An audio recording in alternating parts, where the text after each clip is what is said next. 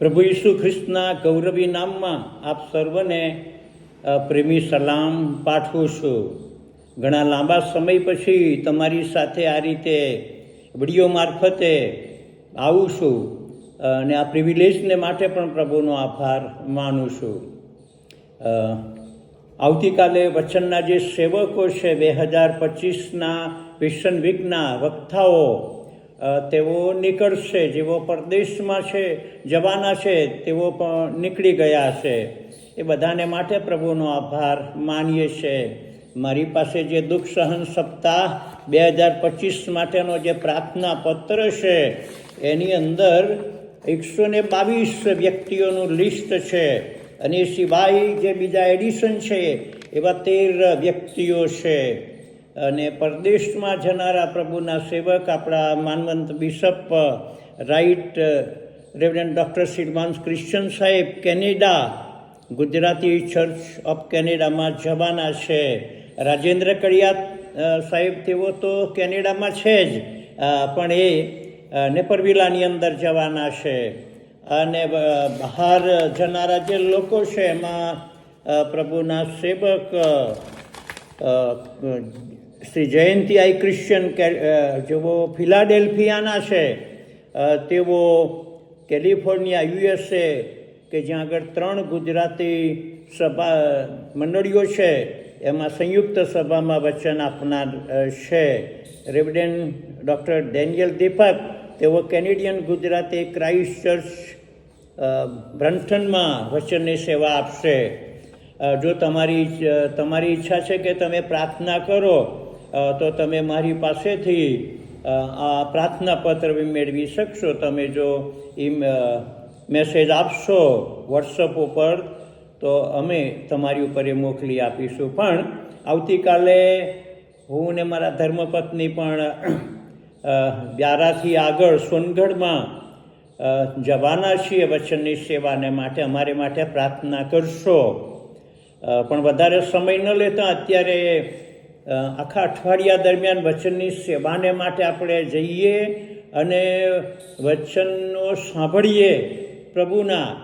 એ પહેલાં આ ખ્રિસ્તના વધસ્તંભ વિશે મારે તમારી સાથે વાત કરવાની ઈચ્છા છે. અને એનું જે ટાઇટલ છે એ તો આ પ્રકારનું છે: ખ્રિસ્તનો ક્રોસ શું એ મૂર્ખામી છે કે વાસ્તવિકતા છે? આજના જે તર્કશીલ અને વૈજ્ઞાનિક વિશ્વમાં ક્રોસ પર કોઈ માણસ મૃત્યુ પામે અને એના કારણે બીજાના પાપની ક્ષમા મળે એ માનવું તે શક્ય નથી. સ્વીકારવાનું લોકોને અઘરું પડી જાય છે અને એ બાબત અસંભવ લાગે છે. અને એટલા માટે તો ઈસુ ખ્રિસ્તનો ક્રોસ જે ઈશ્વરની મહાન યોજનાના સ્થાને છે તે દુનિયાના લોકો માટે મૂર્ખામી છે. અને વળી મોટાભાગના જે લોકો છે તે તો ખ્રિસ્તના ક્રોસને તિરસ્કાર અને ઠઠ્ઠા મશ્કરીમાં ખપાવી દેશે. મહા આનંદની વાત તો એ છે કે પ્રારંભિક વિશ્વાસીઓને અને મંડળીઓને સતાવનાર પાઉલને દમસ્કના માર્ગ પર ખ્રિસ્તની મુલાકાત થઈ અને એણે પોતાના જીવનમાં અને સેવા કાર્યમાં ખ્રિસ્તના ક્રોસને ત્યાર પછી અગ્રીમ સ્થાન આપ્યું. કરિન્થના જે નવા વિશ્વાસીઓ ને તે ખ્રિસ્તના મર્મોની વાત કરતા એ આ પ્રમાણે જણાવે છે કે વિનાશ તરફ ધપી રહેલાઓને તો કૃષ્ણનો સંદેશો મૂર્ખતા લાગે છે, પરંતુ આપણે જब ઉદ્ધાર પામીએ છીએ તેઓ જાણીએ છીએ કે એ તો ઈશ્વરનું ખરેખરું સામર્થ્ય છે. આ કલમ NLT તર્જુમામાંથી લેવામાં આવેલી છે. તેથી અઠેટપૂર્વક કહી શકીએ કે જે લોકો ઈશ્વરના અનંત જ્ઞાનને સમજે છે તેઓને માટે ક્રોસ પર ખ્રિસ્તનું જે બહુમૂલ્ય અર્પણ એ તેમના મુક્તિ માર્ગનો દરવાજો ખોલી નાખે છે. વળી એ જ અધ્યાયની 25મી કલમમાં પ્રેરિત પાઉલ આગળ વધીને આ એક નવી જાહેરાત કરે છે કે મૂર્ખતા સમાન લાગતી ઈશ્વરની આ યોજના મનુષ્યની સર્વોત્તમ ડહાળપણ ભરી યોજનાઓ કરતાં અધિક જ્ઞાનપૂર્ણ છે અને ઈશ્વરની નિર્બળતા મનુષ્યના સર્વોત્તમ સામર્થ્ય કરતાં અધિક સમર્થ છે. આ નવો જે NLT તર્જુમો છે એમાંથી આ કલમ લેવામાં આવેલી છે. આપણા જૂના તર્જુમામાં એ જુદી રીતે વાંચવામાં આવે છે. મોટાભાગનો જે માનવ ધર્મનો જે આધાર છે તે એ છે કે માનવ પોતે પોતાનો ઉદ્ધાર કરી શકે, પરંતુ પવિત્ર શાસ્ત્ર બાઇબલનું જે શિક્ષણ છે તે જુદા પ્રકારનું છે અને તે જણાવે કે પાપગ્રસ્ત માનવ જાતિ પોતાને બચાવી શકતી નથી. તેને તો ઈશ્વર દ્વારા અપાયેલી કૃપા અને દયાની જરૂર છે. પ્રથમ સદીના જે યહૂદી લોકો પ્રભુ ઈસુ ખ્રિસ્ત પાસેથી મહાન ચમત્કારોની અપેક્ષા રાખતા હતા,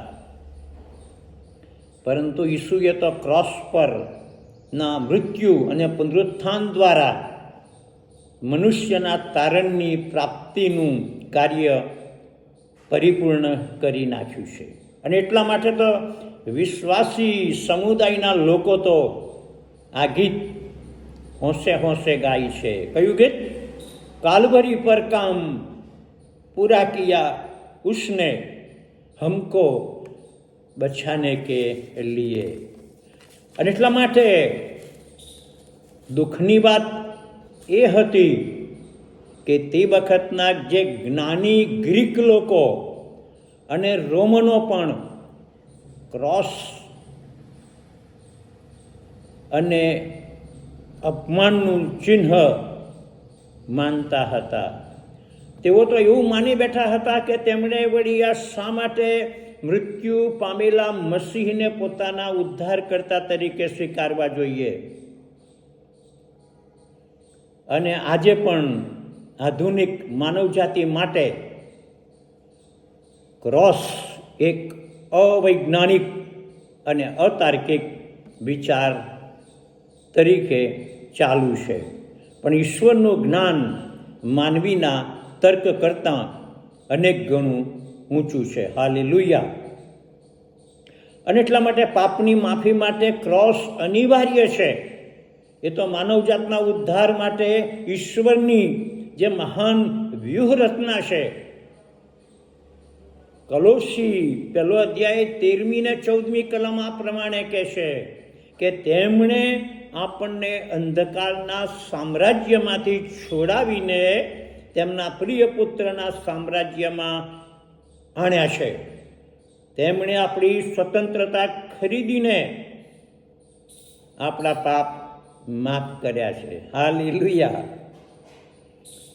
જૂના કરારમાં લોકો પાપની માફી મેળવવાને માટે પશુઓનું અર્પણ ચડાવતા હતા અને તો ઈશ્વરનું હલવાન પ્રભુ ઈસુ ખ્રિસ્તના બલિદાનનું સૂચક બને છે. અને હલવાનના સંબંધી યર્દન નદીના કિનારા આગળ એ ઈશ્વરના હલવાનને દૂરથી આવતા નિહાળીને યોહાન બાપ્તિસ્મી તેમના વિશે જે જોરથી ઘાંટો પાડીને પ્રમાણે જણાવે છે કે જુઓ, ઈશ્વરનું જે હલવાન જે દુનિયાના પાપ લઈ લે છે તે આવે છે. યોહાન 1:29. એટલા માટે તો પાઉલ પ્રેરિત રોમના વિશ્વાસી લોકોને તેમજ વિશ્વના તમામ લોકોની સમક્ષ આવી એક જાહેરાત કરે છે કે કારણ પાપનું વેતન મરણ છે, પણ ખ્રિસ્ત ઈસુ આપણા પ્રભુ દ્વારા ઈશ્વર ની વિનામૂલ્ય ભેટ એ અનંત જીવન છે. હાલેલુયા. રોમન 6:23 આ કલમ મળે છે. ટૂંકમાં ક્રોસમાં ઈશ્વરનો ન્યાય અને પ્રેમ એ બંનેનો સમન્વય થાય છે. ક્રોસ પર ખ્રિસ્તનું બલિદાન અને મૃત્યુ એ મનુષ્યના પાપ માટે સંપૂર્ણ ચૂકવણી છે અને ક્રોસ વગર પાપમાંથી મુક્તિ મેળવી શકાતી નથી. ક્રોસ દ્વારા વિજય છે. માનવ નિર્બળતામાં તે આપણને સામર્થ્ય પૂરું પાડે છે. કલોસી 2:14 અને 15 કલમો આ પ્રમાણે જણાવે છે કે આપણી વિરુદ્ધના આરોપોનું ખતપત્ર તેમણે રદ કર્યું અને ક્રૂસ પર જડી દઈને તેને વચમાંથી દૂર કર્યું. અને આ રીતે તેમણે આત્મિક શાસકો અને સત્તાધીશોને નિશસ્ત્ર કરી દીધા. તેઓના પર ક્રૂસ ઉપર વિજય મેળવીને તેમને જાહેરમાં તેમને લજ્જિત કરી નાખ્યા. કલોસી 2:14 કલમ અને 15 કલમ. આ તો એમ કહી શકે કે દુનિયા માટે મૃત્યુ તે અમે હાર પામી ગયું છે, પણ ઈશ્વર માટે ક્રોસ એ વિજયની નિશાની છે. શૈતાન માટે પ્રભુ ઈસુ ખ્રિસ્તનો જે ક્રોસ છે તેને માટે જીત લાગતી હતી, પણ ત્રીજા દિવસે એટલે કે ઈસ્ટરના દિવસે પ્રભુ ઈસુ ખ્રિસ્તે મૃત્યુને હરાવીને જીતી લીધું. એટલા માટે આપણા એક મરહુમ સાક્ષર કવિ નિરંજન ભગત, જે સર એલેસા લો કોલેજમાં મારા પ્રોફેસર હતા, એમના એક કાવ્યમાં આવા શબ્દો તે કંડારેલા છે કે મૃત્યુ મરી ગયું રેલો. અને ભૂતકાળના એક કવિ શ્રી મફતલાલ ઓઝાએ ભરૂચ આધ્યાત્મિક જીવન કેન્દ્રની બાજુમાં એક ક્રોસ રોડ આગળ કે જ્યાં આપણું CNI ભરૂચનું પ્રભુ મંદિર છે એની બાજુમાં જે ક્રોસ રોડ છે ત્યાં આગળ અકસ્માતમાં ખપી ગયેલા એક જુવાનના લોહી નીતરતા દેહને નિહાળીને આ પ્રોફેસર સાહેબે લખી નાખ્યું કે ક્રોસ પર જે થવાનું હતું તે થઈ ગયું. ક્રોસ પર જે થવાનું હતું તે થઈ ગયું. ખ્રિસ્તનો ક્રોસ તમારે માટે 100 અર્થ ઘટાવે છે. એ વિશે પ્રભુ ઈસુ પોતાના શિષ્યોને જણાવે છે. પછી ઈસુએ પોતાના શિષ્યોને કહ્યું કે જો તમારામાંનો કોઈ મારો શિષ્ય થવા માંગતો હોય તો તમારે પોતાનો માર્ગ ત્યજી દેવો જોઈએ અને તમારો વધહસ્ત ઉંચકીને મને અનુસરવું જોઈએ. માથેની સુવાર્તા 16મો અધ્યાય અને 24મી કલમ. ભલા ભાઈઓ અને બહેનો, ક્રોસ એ માફીની નિશાની છે. અને 1 યોહાન 1 અધ્યાયની 9મી કલમ જણાવે છે કે પણ જો આપણે તેમની સમક્ષ આપણા પાપ કબૂલ કરીએ તો આપણા પાપ માફ કરવાને અને તમામ પ્રકારની દુષ્ટતાથી આપણને શુદ્ધ કરવાને માટે તે વિશ્વાસુ અને ન્યાયી છે. ક્રોસ એ પાપની માફી અને માનવ ઉદ્ધારનું કાર્ય કરે છે. ક્રોસમાં પરાક્રમ છે જે શૈતાન વિરુદ્ધ રક્ષણ પૂરું પાડે છે.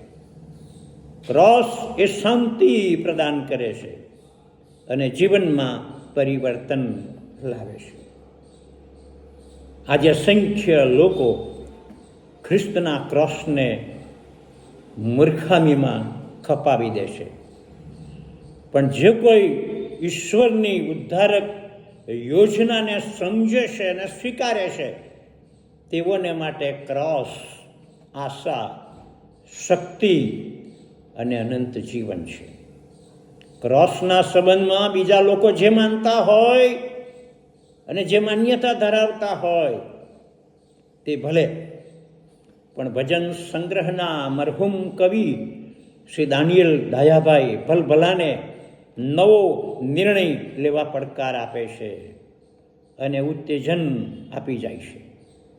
કોઈ જાણે છે ખગોળ ભૂગોળ, ગણિતમાં પંકાય, તત્વોને તર્કોમાં ઝાઝી કરે છે વડાઈ. પણ આ કવિ એ પ્રમાણે કહે છે કે મારા પ્રભુના થંભ સિવાય હું તો બીજું ન જાણું કાંઈ. ભજન સંગ્રહ ગીત નંબર 299. 2 દિવસો પછી આપણે ક્રિશ્ચન વીકની અંદર સામેલ થઈશું. વચનના સેવકો તરીકે અથવા ભજનીકો તરીકે, મંડળીના લોકો તરીકે, ગુજરાતમાં, ભારતમાં, પરદેશમાં, કેનેડા, અમેરિકા અને બીજા દેશોની અંદર આપણે એકતા મળીશું. પણ એ પહેલાં મને લાગે છે કે ક્રોસની પાસે આવીએ અને આપણા જીવનો સંબંધી વિચારીએ, એ યથા યોગ્ય છે. અને આ એક પંક્તિ ગાવાની મને ઈચ્છા થાય છે. એ कृष्णी नदी जारी है ऐसू की सूली से और जो कोई उसमें नहाएगा जरूर साफ होएगा. मैं मानता हूँ, मैं जानता हूँ, ऐसू मेरे लिए सलीब पर हुआ था बलिदान बचाने को मुझे. आओ प्रार्थना કરીએ અને પેશન વીકને માટે પોતાની જાતોને તૈયાર કરીએ. જીવંત અને પ્રેમાળ ઈશ્વર પિતા, આજે આ સમયે તમારા વધસ્તંભને જાહેર કરવાને માટે, એ વધસ્તંભને ઊંચો કરવાને માટે અને તમારા વચનોમાં જે લખ્યું છે વધસ્તંભના સંબંધી, ક્રોસના સંબંધી, એના વિચાર કરવાને માટે કૃપા આપી આભાર માનીએ છીએ.